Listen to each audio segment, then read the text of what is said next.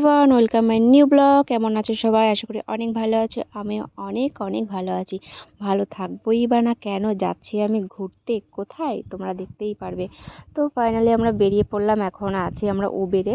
তো এটা দেখে বুঝতেই পারছো কলকাতার রাস্তা। আর এই যে চলে আসলাম আমরা হাওড়া ব্রিজ পর্যন্তও চলে আসলাম।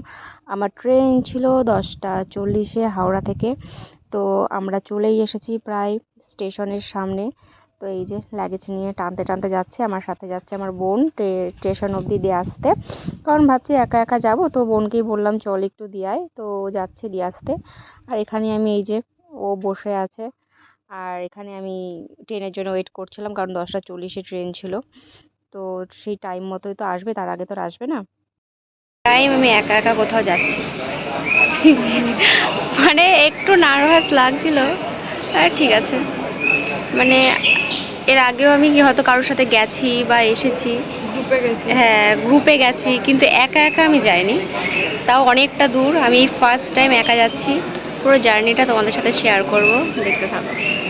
আর কোথায় যাচ্ছি সেটা এখন বলবো না, তোমরা জানতেই পারবে যে কোথায় যাচ্ছি। তো এই যে ট্রেনটা ফাইনালি চলে আসলো, কি মজা।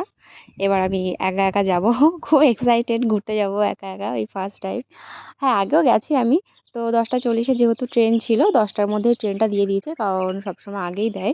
তো যাই হোক, ট্রেনে এখন উঠে পড়বো। তারপরে আমার বোন আমাকে ছেড়ে চলে যাবে। এই যে আমার বোন চলে যাচ্ছে, বলছে বাই বাই, সাবধানে যাস। তা আমি বললাম চলো ওকে। তো এই যে আমার সিট একদম ওপরে, আর এই যে নিচে একটা সিট আছে। আপাতত নিচে ভিউ দেখতে দেখতে যাচ্ছি, কারণ ওপরে আমি আমার সিটে যাইনি, নিচেই বসেছিলাম।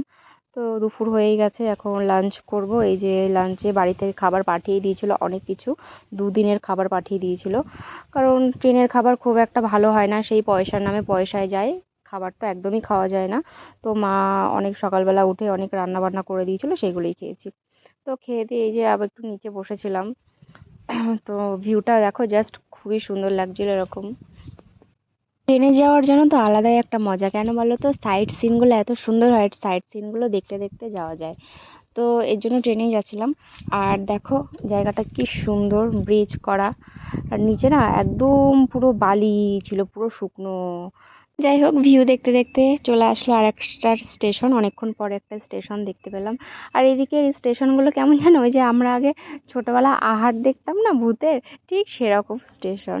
এই দেখো পাহাড়, পাথরের। এটা হচ্ছে ভুবনেশ্বর ঢোকার আগে পাহাড়। আর ভুবনেশ্বর ঢোকার আগে যত মানে দিক দেখছি, এই দিকে বা ওই দিকে সবই পাহাড় পড়ছে। তো আমরা রাইট টাইমে ভুবনেশ্বর ঢুকেও গেছি, পৌঁছে গেছি। পুরো একা একা জার্নিটা আমার ভীষণ ভালো হয়েছে, মানে ভাবতে পারিনি অত দূর থেকে আমি একা একা চলে আসবো। চলো টাটা, পরে কথা হবে।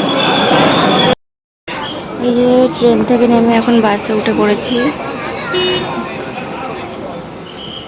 বাস থেকে নেমে তারপরে যাব। চলো টাটা।